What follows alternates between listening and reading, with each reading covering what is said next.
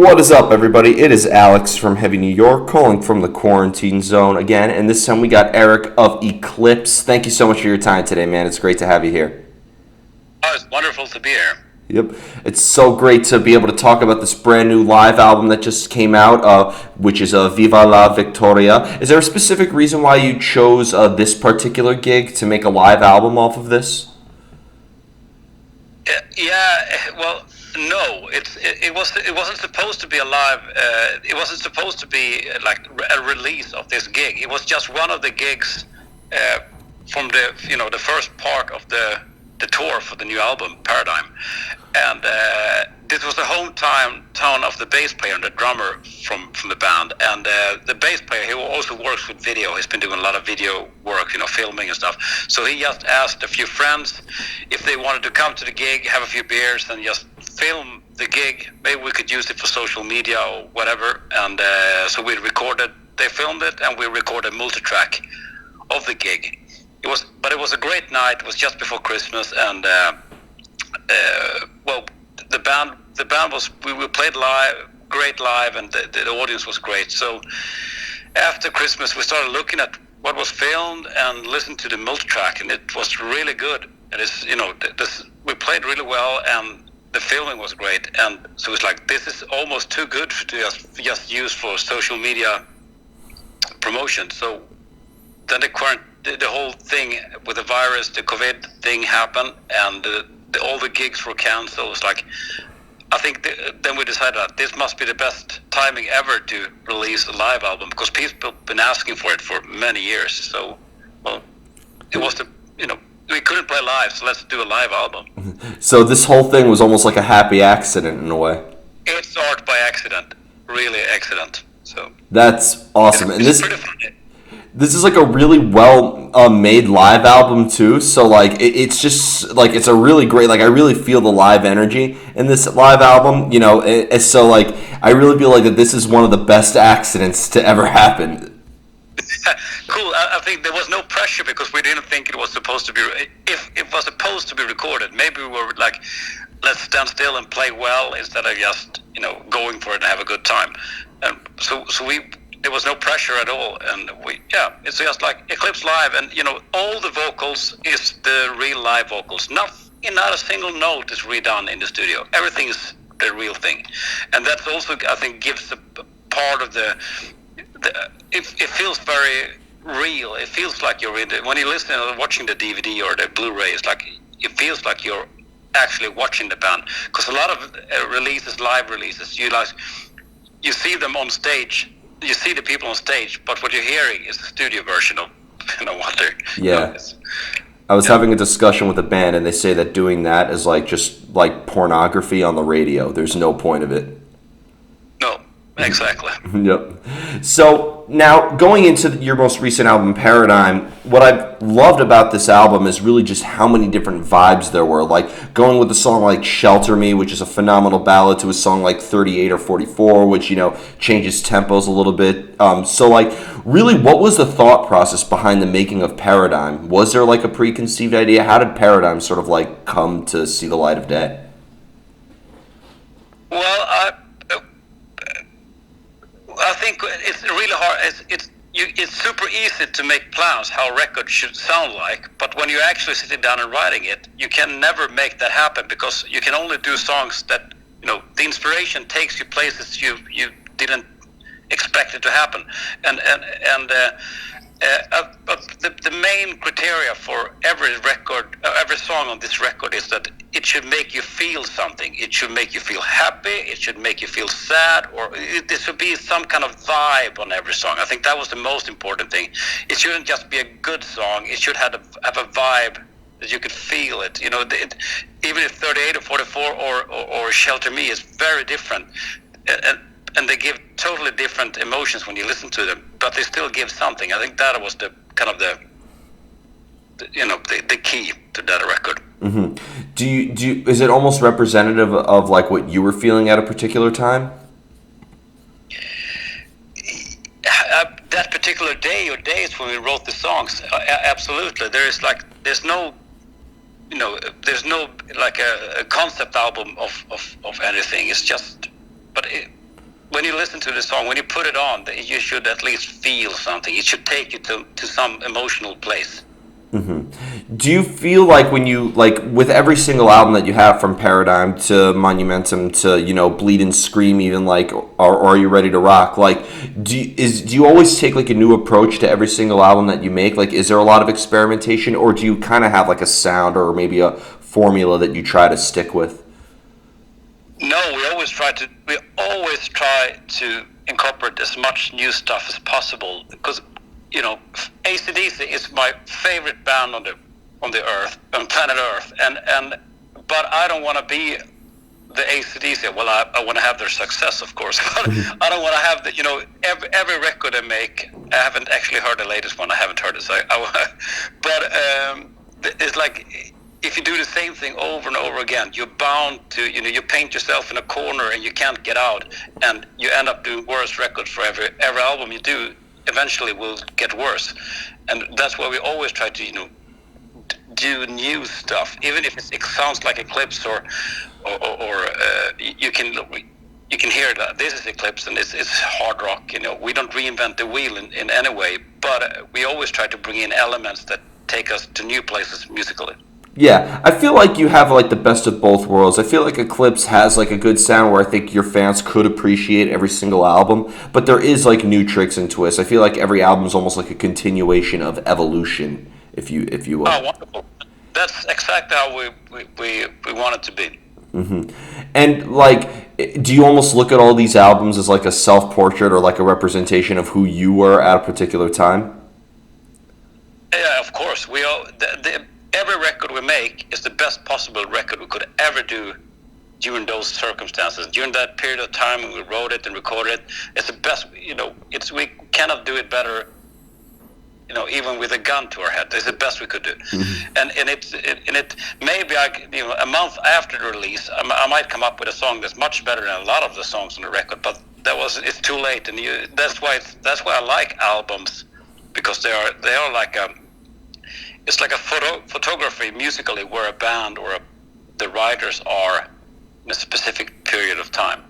Do you, as a vocalist, have you always needed the music to come up with lyrics, or has there ever been a time where maybe you had like lyrics already written, or maybe like a story, and that could help influence the sound of the music? It's usually it's one of the advantages of being Swedish and not have English as a native language. I can just sing, like when I was a kid, when I listened to English English records. It's like I just sang along. I had no idea what the words meant. It's just, for me, it was just sounds, and I can still do kind of the same thing. I can like pretend to sing English kind of, and I incorporate as many words as possible. And so when I do melodies, I just do these nonsense lyrics. I think a lot of people do them. It's like I just sing something, try to come up with a melody, try to come up with something. But there are a lot of words in those phrases that actually gives you those are the right words for that song. It's almost like the song is, intuitively gives you ideas of what it should be about, because it's the whole vibe of the song. And then from that I will go into start writing. Sometimes I hook up with a friend and write the lyrics together with other people, just to get some extra input from other people. That's always helpful, and that's really cool and humble that you're able to get inspiration from other people as well. Some people are like so afraid of constructive criticism or people shitting on like their ideas that they just never I've heard stories that like some bands, like the other musicians don't even know the lyrics until they're like tracking the vocals that day. Yeah, well, I really enjoy writing with others, because it's when you write for yourself, you only have yourself as your own thoughts and ideas of how things should be done, and that's why I don't believe in this sending songs on the internet to each other. Because if someone sends me, can you do something on this track, and then I send it and I do my thing, and they send it back, and the other guy will do his thing. It's just everyone's doing their own thing. But when you sit together in a room writing together, I'm not writing my song, the other guy is not writing his song. It's something in the middle we're doing something that no one could create individually. That's I think that's fantastic when you write with others. Yeah, I could what I consider Eclipse's music to be is all organic rock. So, and it really sounds like the songwriting process is very organic. Yeah, thanks. That's real nice of you. That's exactly how we feel about it too. It's we try not to go for. There are no like production tricks. It's like we try to go for simple ideas that kind of hit you in the hits you in the stomach for real. It's like the real stuff that's gonna the music I love. It's the music that will. I hope I will like in 10 years. I will still think of it as good songs, and it shouldn't be out of fashion. Yeah, definitely. And I'm saying right now that all organic music is like a new genre. Like you're gonna see that at like record stores now, where like just here's the all organic section. Yeah, that would be cool. Yep.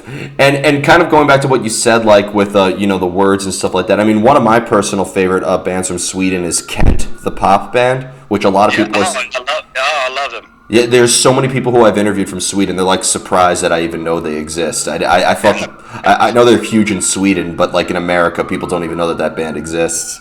Strange. Yeah, but like, do you like to leave the lyrics open to interpretation, or do you like to maybe engage the listener into like the lyrics or maybe what you could be singing about? Well, I think I like both. I think I like a little of both. Some songs, some lyrics are more like they're more poetic, or you don't really know exactly what it's about yourself almost, but it gives you a feeling. It just feels right. These are the words that fits the song, and it just doesn't make any sense, but it just feels right, and you just go for it. And some songs are more like very obvious.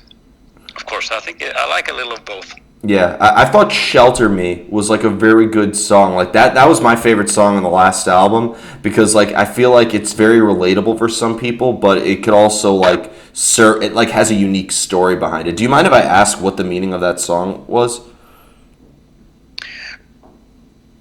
Yeah, let me have a think about it. Well, it started out. It went different direction. It started out. I had this one of the idea of how the whole thing of how it should be. How it should start when I started writing that song. It made it had a sense. It made sense in one direction or in one way, and then during the process of writing it and recording it, we kind of changed some words that made it go in different directions.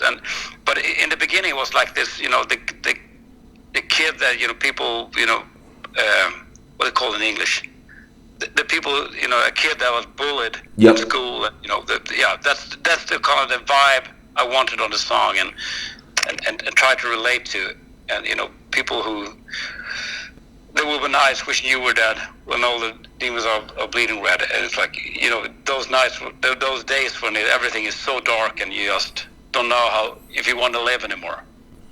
Yeah, I thought like it had like, because the song was so melancholy, but it was so powerful at the same time. I feel like it has the ability to have both a very dark but optimistic vibe behind it. But I just couldn't get enough of that song. Yeah, it's one of my favorite songs, and from the record as well. I really like the one, and and also, I don't know if you know music theory, but it's the same chords from the beginning to the end. They don't change. It's the same chords it's just 4 chords just go round and round and round and round the whole song, which is kind of interesting. I don't think it matters how many chords there are. I think if the song is good, like I was having a discussion with Steve Brown of Trickster about this, and I said I don't care how many notes you could shred for 2 minutes straight. If the solo is good, that's what matters, whether it's 2 notes or 2,000 notes. And I think that's another reason why that song is so strong, is because of the simplicity of it. It's so simple, and it's also it's a good sign when the less chords you have in a song is usually a sign of how good it is. If you have many chords, it probably means something is wrong. Yeah, out of focus or something like that. Yeah. Yeah.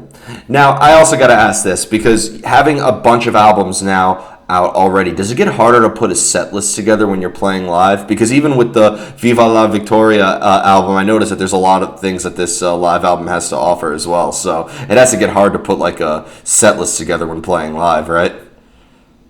Yeah, especially on when you play festival sets, when you play like 45 minutes to 1 hour, it's just almost impossible that we just put them up the list and everyone's like, well, we have to take a song out. Let's take out this song, and one of the drummers screams, but no, that's my favorite.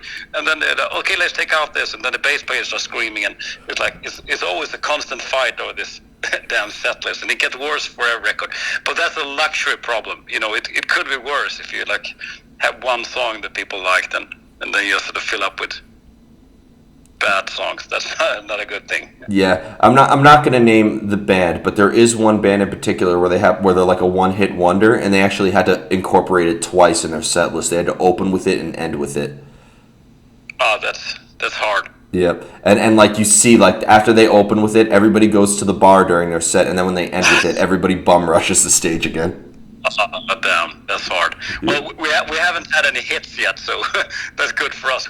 All the people at the concerts, they are like nerdy fans, so they know even if you play the kind of the last song of one record, half of the audience will at least know it.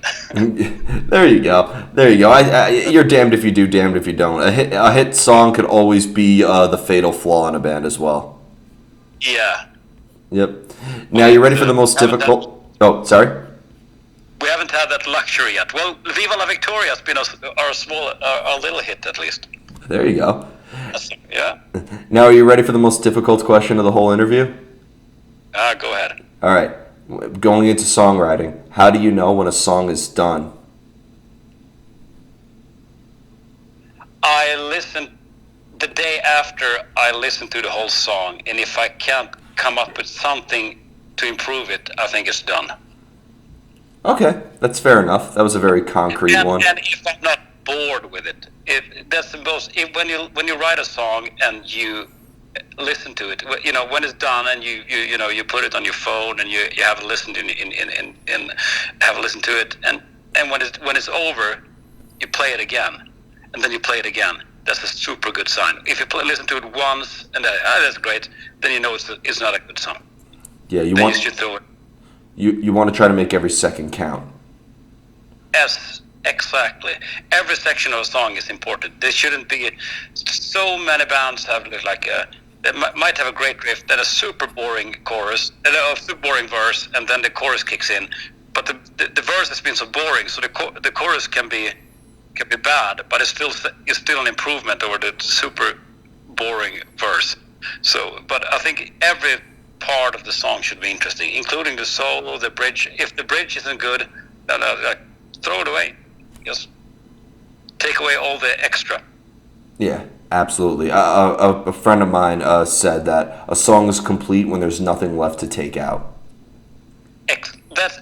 That's super true. That's exactly how it should be done. Definitely. If the song is okay, it's 2 minutes and 56 seconds. Well, that's how long the song is going to be.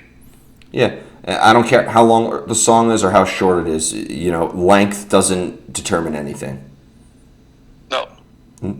So before we go, I want to thank you so much for your time today. Really enjoyed discussing this with you. Is there just anything else that you would like to promote with the release of Viva La Victoria? Maybe some live stream performances to hold people over while we eagerly wait for shows to return? Yeah, we hope the shows would return before Christmas or after Christmas, but it doesn't seem to be that way. It seems to get worse and worse for every damn week. So I think, no more live streams. I think we're done with that. I think everything's been said and done in live streams on social media and whatever. And I think I'm saving my strength to real concerts and real entertainment when it finally starts to open up again. Yeah, and mark my words, when this is eventually over, we are going to enter the best era of music, I think, in history, ever. I really hope so. I hope all my best wishes to all the venues. I think those people are struggling so hard. at the Yeah. moment. So let's hope the venues are still there when it opens up. Yep, and there'll always be something that as long as there's people willing to play, there'll be a lot of pissed off people, which will lead to plenty of rock and heavy metal. So, Yeah, that couldn't be better then. yeah, I was talking to some people in the New York City hardcore scene here. If none of the venues are open after this, we're just gonna play in the middle of Central Park and scare the crap out of everybody. That would be great. That is turns to art again. Exactly. It'll be art. We're gonna enter a new renaissance. So, but I certainly hope so, and I'm positive as well. I think everyone is like when you take something away that people take for granted, they realize how much they appreciate and how how much it values them. And I hope it's the same thing with music and live entertainment. That yeah. TV cannot fill the gaps of meeting people for real and have a good time. A lot of people I know who wouldn't go to shows have a great appreciation for shows now. So let's hope it stays that way. But yeah, let's hope it stays. Thank you so much, Erik. Everybody, we are here with Erik of Eclipse. Be sure to check out Paradigm, their latest full-length album, as well as their brand new live album, Viva La Victoria. This is Alex from Heavy New York, and we will see you next time.